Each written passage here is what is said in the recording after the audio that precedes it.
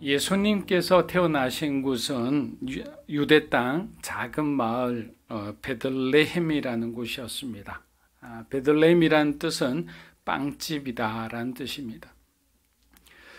구약에서는 에브랏 또는 에브라다라고 불리는 곳이었습니다. 야곱이 라헬을 장사 지낸 곳도 베들레헴이었고 룻이 보아스와 결혼해 살던 곳도 바로 이곳이었습니다. 그러나 무엇보다 중요한 의미는 베들레헴이 바로 다윗의 고향이었다는 점입니다.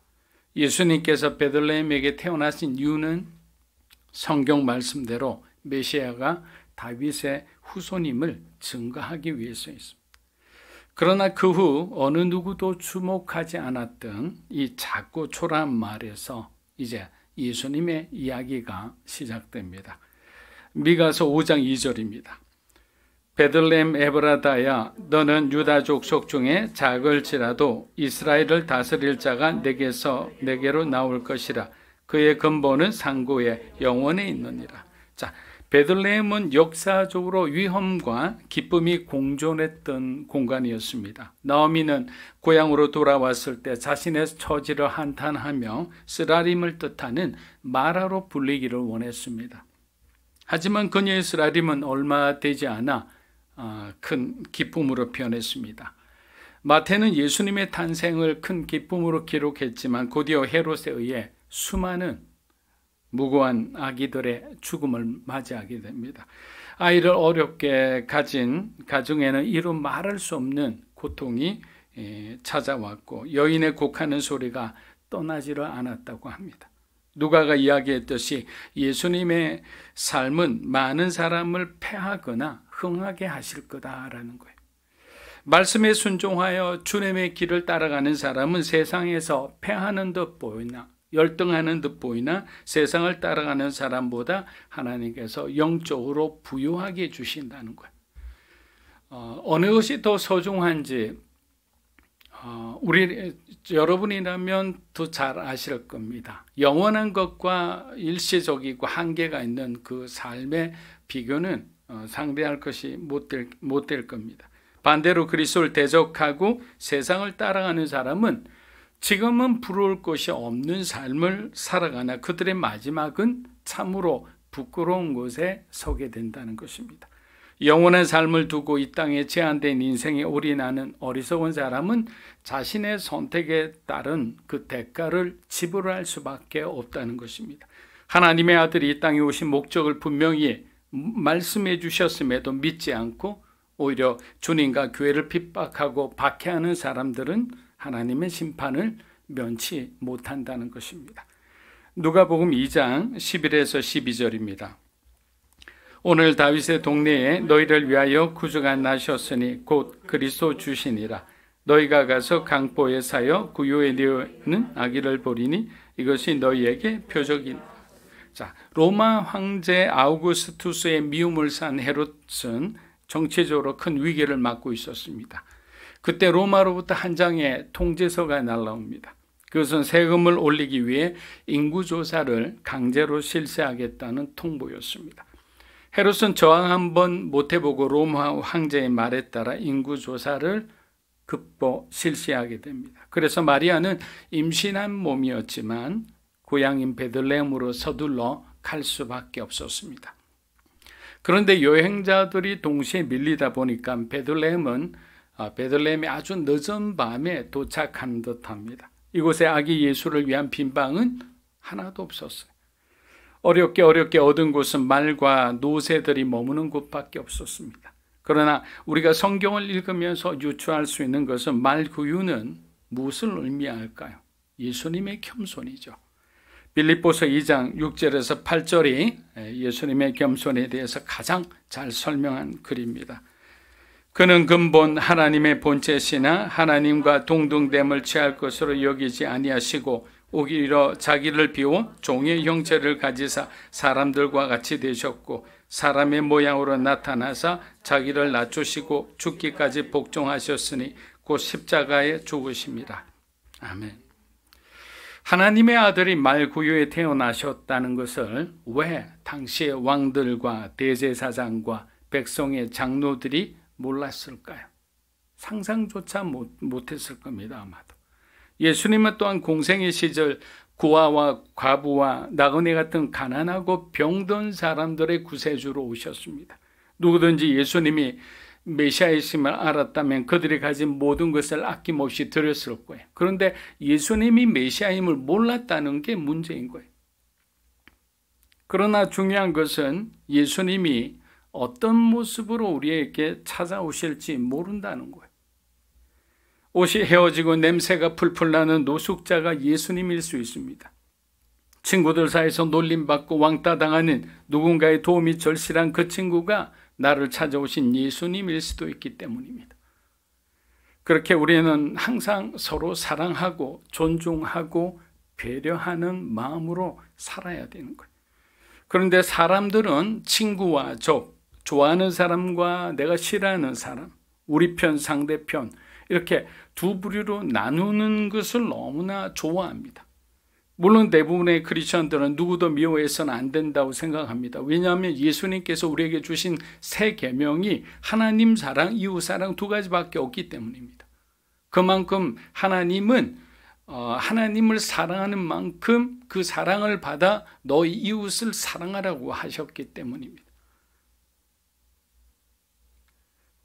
물론 대부분의 크리스찬들은 누구도 미워해서는 안 된다고 생각합니다. 왜? 어렸을 때부터 틈만 나면 이웃을 사랑하라고 배웠고 70번에 7번씩 내 원수를 사랑하고 용서하라는 설교를 수없이 들었기 때문에. 그러나 우리가 깨닫는 것과 실천하는 것에는 항상 차이가 있습니다. 어마어마한 갭이 있죠. 이것은 마치 홍해를 헤엄쳐 건너는 만큼 먼 거리에 있을 때도 있어요. 내 마음은 여기 있는데 내가 실천하고자 하는 그 하나님의 말씀에 순종하고자 하는 그 뜻은 저 멀리 있는 거예요. 그 뜻과 내 마음이 일치가 되었을 때 나는 내 의지가 발동되어서 하나님이 말씀하신 대로 그렇게 순종하며 살아가는데 마음과 뜻이 일치가 하지를 않는 거예요. 카라마조프가의 형제들의 저자인 도스토예프스키는 인간의 사랑의 모순에 대해 이렇게 적었습니다. 인류를 사랑하는 내가 특정한 사람은 도저히 사랑하기가 힘들다. 우리는 인류를 위해 거대한 계획을 세우는 꿈을 꿀 때가 있다. 주님이 원하신다면 기꺼이 십자가도 질 수 있다. 하지만 내가 싫어하는 그 사람과 한 방에서 이틀을 지내는 것은 도저히 견딜 수 없다. 그런데 이상한 것은 사람이 싫어질수록 인류 전체를 향한 나의 사랑은 또다시 불타오르기 시작한다. 어렵게 표현하고 있지만 결국 인간의 불완전한 모순된 사랑에 대해 말하고 있는 거예요.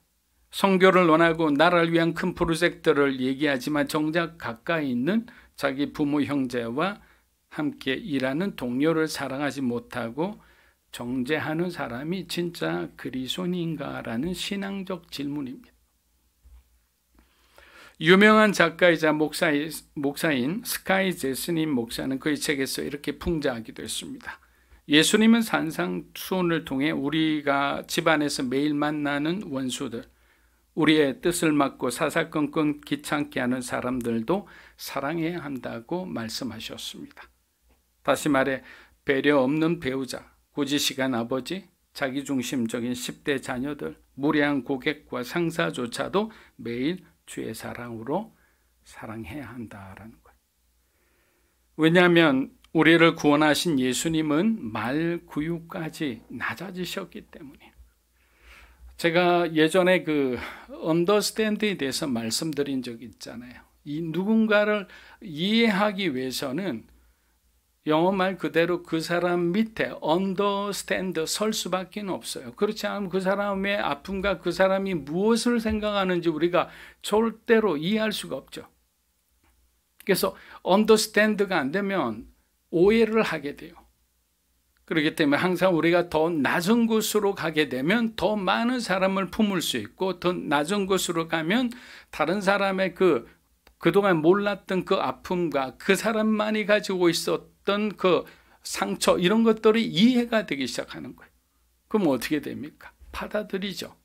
함께 할 수 있는 그 공간들이 내 안에서 생기게 되는 거예요. 그런데 우리가 그냥 어떤 감정적인 관점으로 우리가 바라보면 해결될 수가 없죠. 예수님은 모든 것을 가지신 분이었지만 하나님의 뜻을 이루기 위해서라면 모든 것을 버리고 내려놓을 줄 아셨습니다. 그렇게 초라한 동네에서 태어나 십자가에서 비참하게 죽으셨지만 3일 만에 부활하심으로 예수님의 삶이 오르셨음을 우리에게 증명해 주셨습니다. 여우도 굴이 있고 공중의 새도 거처가 있으되 인자는 머리 둘 곳이 없다. 여러분, 이 말씀을 들을 때 어떤 마음이 듭니까? 마음속에 저려오는 그런 마음들이 있잖아요. 주님께서 그런 삶을 사셨구나. 나는 편안하게 살고 있는데 주님은 정말 어디 거처할 곳 없이 정처 없이 돌아다니며 필요한 사람들에 가서 그들을 치유하고 그들을 가르치고 그런 삶을 사셨다는 거죠. 그러나 내가 주님의 교회를 위해 헌신하는 것은 이 말씀과 별개의 문제가 된다는 거예요. 주님을 생각하면 가슴이 아픈데 그것이 주를 위한 나의 헌신으로는 이어지지 않는다는 거예요. 묵상만 하고 적용은 안 하는 거와 마찬가지입니다. 이것은 여러분의 이야기보다 제가 살아온 얘기들이죠. 100% 다 헌신하고 싶은데 깨달음이 오래가지는 못하는 거예요. 그 감동이 오래가지는 못하는 거예요. 교회를 그냥 나가기 시작하면 그 다음에는 나의 어떤 욕구가 모든 것을 지배하는 거예요. 내가 하고 싶은 것만 하고 싶은 거예요. 주님이 하라는 것이 너무 부담스럽게 느껴지는 거예요. 시편 우리 19편 14절 한번 읽어보겠습니다. 나의 반석이시오 나의 구속자이신 여호와여 내 입의 말과 마음의 묵상이 주님 앞에 연락되기를 원하나이다. 그렇죠. 우리가 하는 모든 삶의 모든 것이 주님 앞에 연락되기를 주의 이름으로 축복합니다. 오늘 나눈 성탄의 첫 번째 메시지는 예수님처럼 생각하고 예수님처럼 사랑하라입니다. 우리는 우리 자신이 메신저로 사용될 때가 있어요. 많은 제자들이나 선지자들은 하나님의 메신저가 되었어요. 그래서 주님이 하시는 말씀을 전하는 역할을 했어요. 그러나 때로는 우리가 메신저이자 메시지가 될 수 있다고 생각해야 합니다. 그리스도인으로서 나의 삶이 다른 사람에게 보여지는 메시지가 되는 거예요. 우리가 하는 말과 행동 하나하나에 복음의 메시지가 묻어 나와야 된다는 거예요. 우리가 메시지가 되어야 하는 이유를 기록한 구절이 있습니다. 마태복음 5장 16절입니다. 이같이 너희 빛이 사람 앞에 비치게 하여 그들로 너희 착한 행실을 보고 하늘에 계신 너희 아버지께 영광을 돌리게 하라. 자, 이같이 너희 빛이 그리고 너희 착한 행실을 보고, 착한 행실을 본다는 것은 우리가 그리스도인으로서 선한 삶을 살고 있는 거예요. 항상 양보할 줄 알고 그 사람을 섬길 줄 알고 내가 화가 나나 내 화를 누르고 그 사람을 온화하게 대할 줄도 알고 그 모든 나의 어떤 선한 행실들, 그런 나의 선한 말들이 어떻게 되느냐? 다른 사람이 보면서 하나님을 찬송하게 된다. 예수를 믿게 되는 거예요. 여러분 그렇지 않습니까? 우리가 교회 다닌다고 했는데 교회 다닌 사람이 아주 거친 사람이에요. 아주 그의 삶 가운데 우리가 보기에 보암직한 그런 삶들이 없어요. 그러면 믿지 않는 사람들은 물음표를 느낄 거예요. 그렇게 교회를 다니고 그렇게 집사 장로란 직분을 받으신 분이 왜 저렇게 거칠고 왜 저렇게 이기적일까? 예수님께서 말씀하시는 것은 너희는 그리스도 교회 안에서만 보여지는 존재들이 아니고 세상에서 보여지는 존재가 되어야 한다는 거예요. 그것이 우리가 말하는 선교적 교회입니다. 선교적 교회라는 것은 선교적 교회에서 선교적인 삶을 살아가는 성도라는 것은 우리가 처해 있는 그 장소, 회사면 회사, 사업터면 사업터, 아니면 어떤 공동체면 공동체, 그곳에서 우리가 예수를 보여주는 사람으로 살아가는 거예요. 예수님이 느껴지는 삶을 살아가는 거예요. 그러면 그 사람들이 우리의 그러한 모습을 보고 감동을 받아서 그것이 자연스럽게 전도가 될 수가 있다는 거예요. 그게 바로 우리의 삶으로 드리는 메시지입니다. 예수님은 복음 전파 지파의 사명을 띠고 이스라엘의 모든 마을을 샅샅이 뒤지듯 다니셨습니다. 계획하고 어떤 전략을 짜는 시간에 예수님은 먼저 섬기로 복음의 현장 속으로 들어갔다는 거예요. 예수님이 원하시는 것은 그분처럼 생각하고 그분처럼 사랑하고 그분처럼 보고 가르칠 수 있는 그런 제자를 만드시는 것이었습니다. 그때 얻은 12제자와 나머지 제자들을 통해 어떻게 하셨습니까? 이 온 세상을 변화시킨 거예요. 그때 얻은 그 제자들을 통해서 온 세상의 그리스도인들이 그래도 지금 통계로 보면 거의 20억이죠. 20억의 인구가 그래도 주의 이름을 부르며 예배 생활을 하고 있는 것입니다. 마태복음 2장 7절에서 9절입니다. 이에 헤롯이 가만히 박사들을 불러 별이 나타난 때를 자세히 묻고 베들레헴으로 보내며 이르되 아기에 대하여 자세히 알아보고 찾거든 내게 구하여 나도 가서 그에게 경배하라. 박사들이 왕의 말을 듣고 갈새 동방에서 보던 그 별이 문득 앞서 인도하여 가다가 아기 있는 위에 머물러 서 있는지라. 누가복음에 의하면 예수님께서 태어났을 때 최초의 방문자는 누구일까요? 여러분 아시죠? 양치기입니다. 양치기. 그리고 이 마태복음은 동방으로부터 온 박사들이 예수님이 경배받은 것으로 기록하고 있습니다. 두 번째 성탄의 메시지는 누구나 예수님께로 올 수 있다라는 거예요. 양치기도 올 수 있습니다.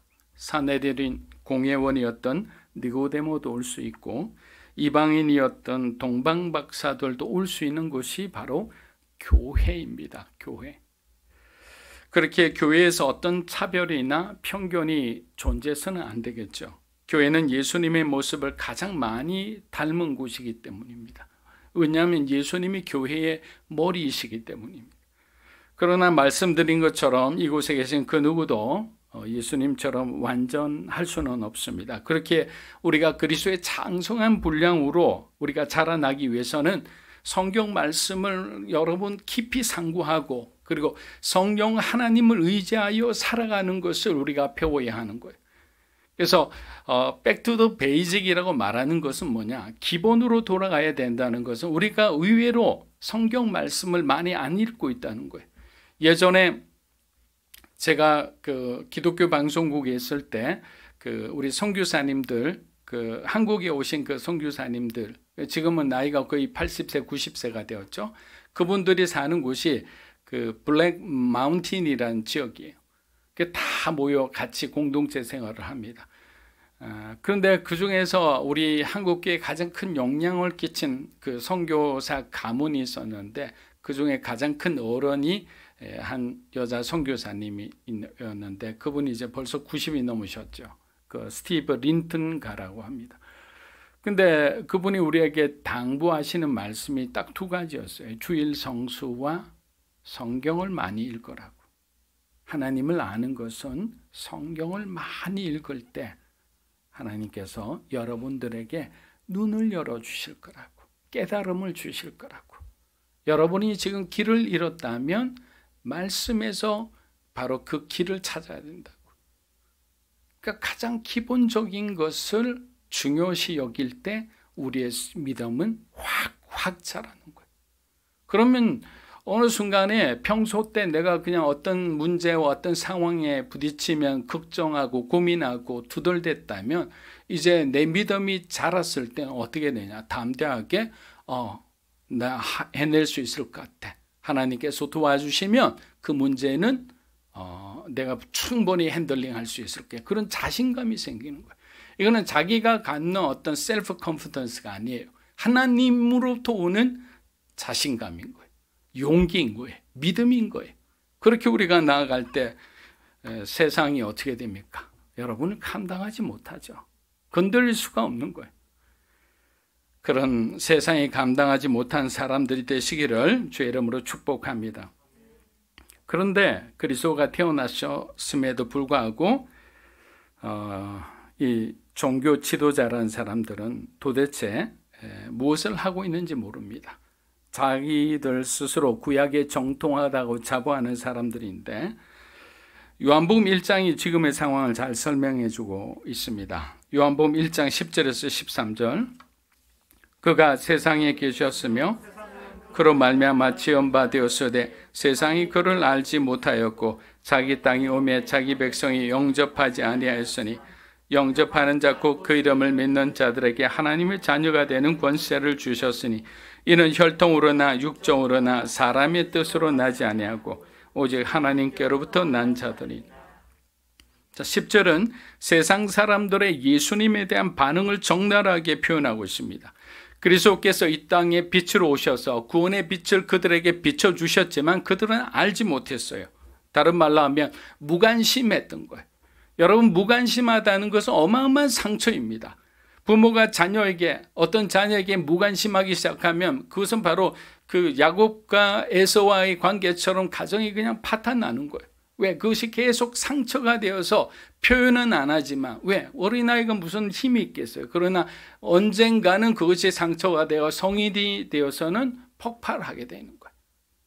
그는 심리학적인 거나 내적 치유학교에서 반드시 다루는 거예요. 그래서 균형을 잃은 사랑들, 균형을 잃은 어떤 행동들은 항상 이것을 복원하기 위해서는 굉장한 후유증을 얻게 됩니다. 그래서 항상 공정하고 공평함을 유지하는 것이 부모로서 또 리더십으로서 반드시 갖추어야 할 그런 덕목이라는 것입니다. 니고데모가 밤중에 예수님을 몰래 찾아왔을 때 한 말이 있습니다. 그는 이렇게 말했습니다. 우리가 당신은 하나님께로서 오신 선생인 줄 아나이다. 자, 우리라고 그랬잖아요. 자기 혼자밖에 아니에요. 여기서 우리는 아리마대 요셉일 수 있죠. 산헤드린 공회원 중 한 사람일 수도 있고, 니고데모가 이런 얘기를 허탄하게 얘기할 수 있는 아주 절친한 그런 학자일 수도 있습니다. 이것이 의미하는 것은 성경을 제대로 배운 사람이라면 예수님이 하시는 그 말씀, 또 예수님이 일으키시는 이적과 기적과 표적을 보고 그분이 메시아임을 당연히 알게 된다는 거예요. 그런데 그것을 부인하고 부정한다는 것은 그들 안에 또 다른 어떤 생각들이 있었던 거죠.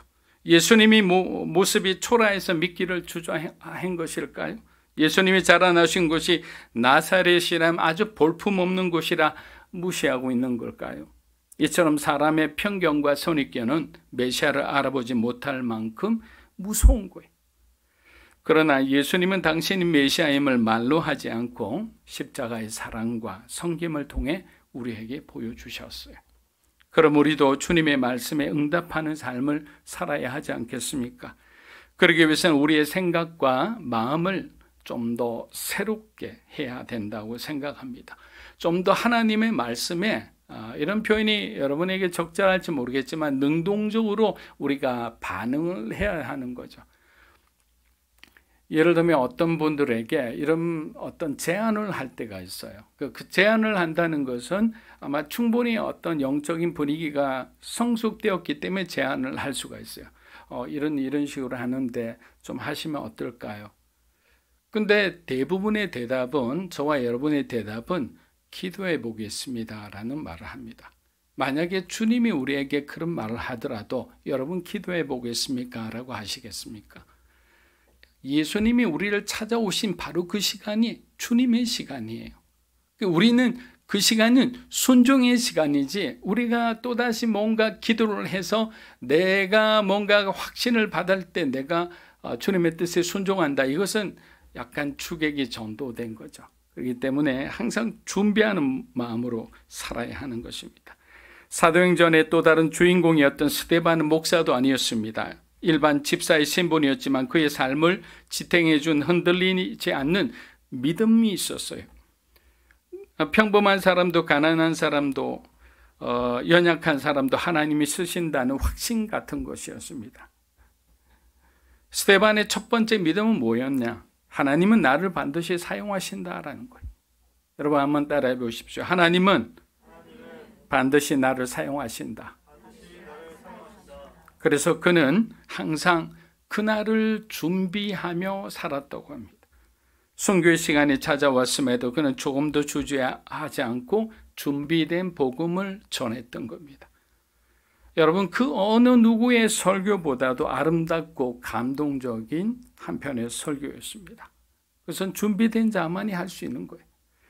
그의 두 번째 믿음은 성령께서 우리를 도우신다입니다. 이것도 한번 따라해 보십시오. 성령께서 나를 도우신다. 여러분을 도우시는 거예요. 하나님께서 우리에게 감동을 주실 때 대부분 헌신하거나 삶의 중요한 결단을 하게 됩니다. 그런데 이러한 모든 과정을 주관하시는 분이 바로 성령님이라는 거예요. 그렇게 성령 충만이라는 것은 어떤 선택이 아니라 우리 인생의 가장 중요한 필수라는 거예요. 반드시 우리가 그것을 붙잡아야 하는 것이라는 거예요. 마지막 세 번째 그의 믿음은 예수님이 내게 하신 것처럼, 따라해 보십시오. 예수님이 내게 하신 것처럼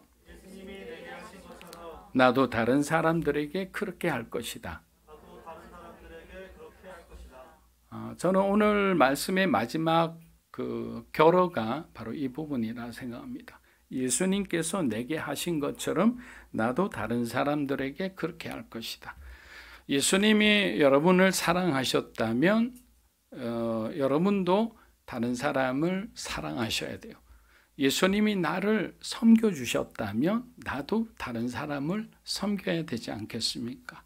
예수님이 나에게 꿈을 주셨다면 나도 다른 사람에게 꿈을 주는 사람이 되어야 되는 거예요. 다른 사람에게 영감이 되는 사람이 되어야 되는 거예요. 그런데 우리는 예수님이 내게 하신 것처럼 나도 다른 사람에게 그렇게 하지 않을 때가 있죠.